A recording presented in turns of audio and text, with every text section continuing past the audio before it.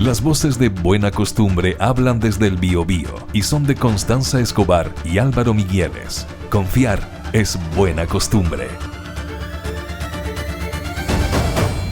El Instituto Nacional de Estadísticas, INE, ha revelado en su último informe que el país experimenta su tasa de natalidad más baja en la historia. Así es. De la República de Chile. Yo estoy aportando esa tasa de natalidad. Bueno, yo aporté al revés, porque aporté con 4. Sí. Tú subiste. Oye, y claro, yo subí. Y fíjate que tenemos tan poco tiempo para hablar con Alina Muñoz, socióloga y docente de la San Sebastián, así que vamos a tener que hacerlo en modo telegrama.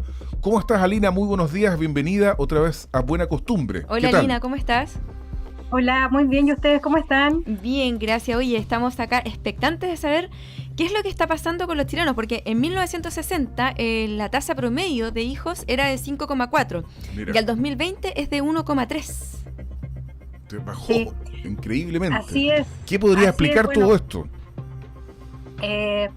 Mira, lo primero es comentar que hubo una consultora que durante agosto de este año realizó una encuesta que se aplicó a nivel nacional, son cerca de 1000 casos y aparecen cuestiones bastante relevantes, ¿ya?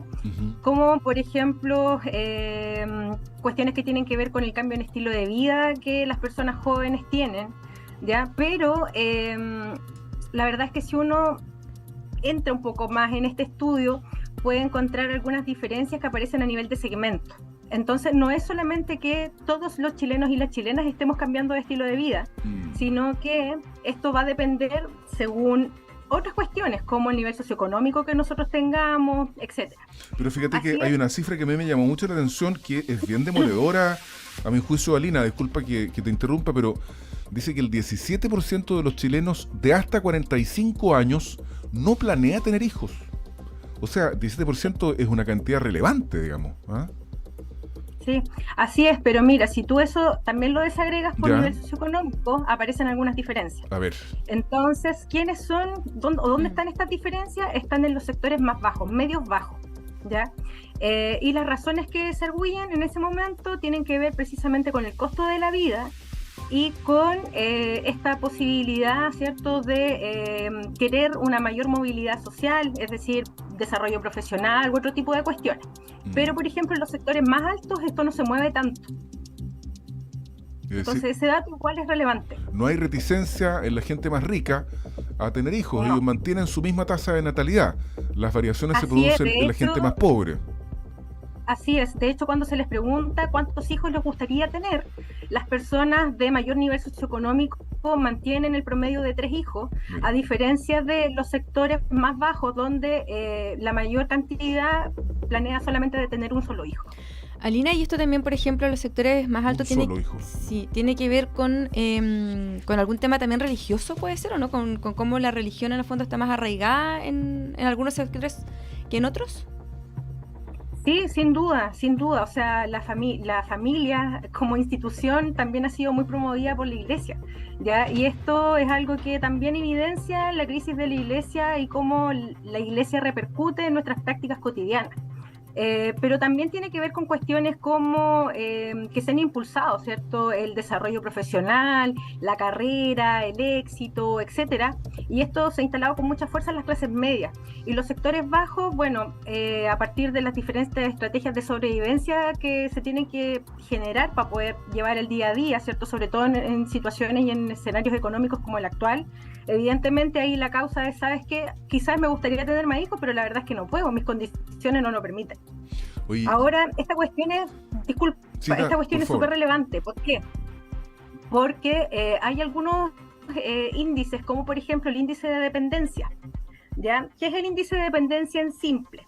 En simple es cuántas personas que no se encuentran en edad de trabajar, es decir, personas sobre los 60 años y personas sobre los 15 años, y cómo estas personas son sostenidas, ¿sí?, sostenidas económicamente desde el país por la fuerza de trabajo.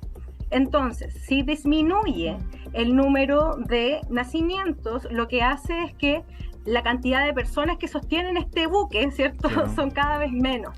Entonces, eso es lo crítico, porque en muchos años más, ¿cierto? Vamos a tener que estar hablando de un Estado que va a tener que tener una fuerte política pública desplegada a partir del sostén de los mayores fundamentalmente. Eso es súper importante porque demográficamente nos parecemos bastante a Europa, pero nuestras políticas públicas y nuestra economía, ¿cierto?, no es muy parecida a la Europa, po. O sea, ahí diferimos harto.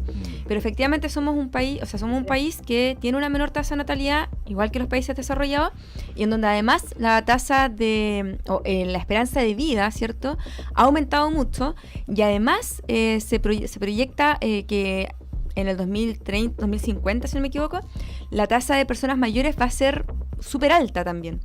Entonces, obviamente, eso que tú nos mencionas, Alina, es tremendamente importante respecto a cómo vamos a mantener o cómo van a vivir estas personas que se van a jubilar, ¿cierto? Si no vamos a tener la base para generar los recursos que se necesitan para las pensiones de cómo se viene aquí en adelante Chile.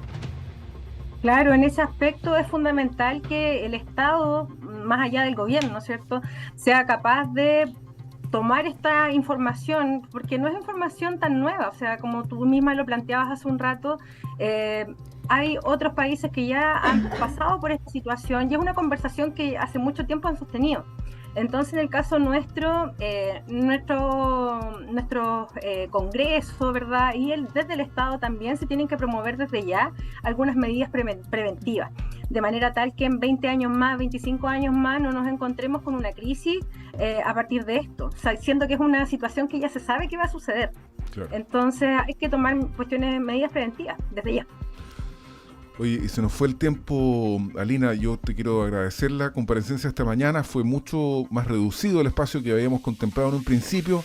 Nos pasa regularmente que nos alargamos en otros segmentos del programa y cuando llegamos al momento de la entrevista con Alina Muñoz teníamos poco tiempo, pero de lo bueno poco, corto pero contundente, estuvo esta conversación contigo. Súper explicativo, sí. Alina Muñoz, socióloga y docente de la Universidad San Sebastián.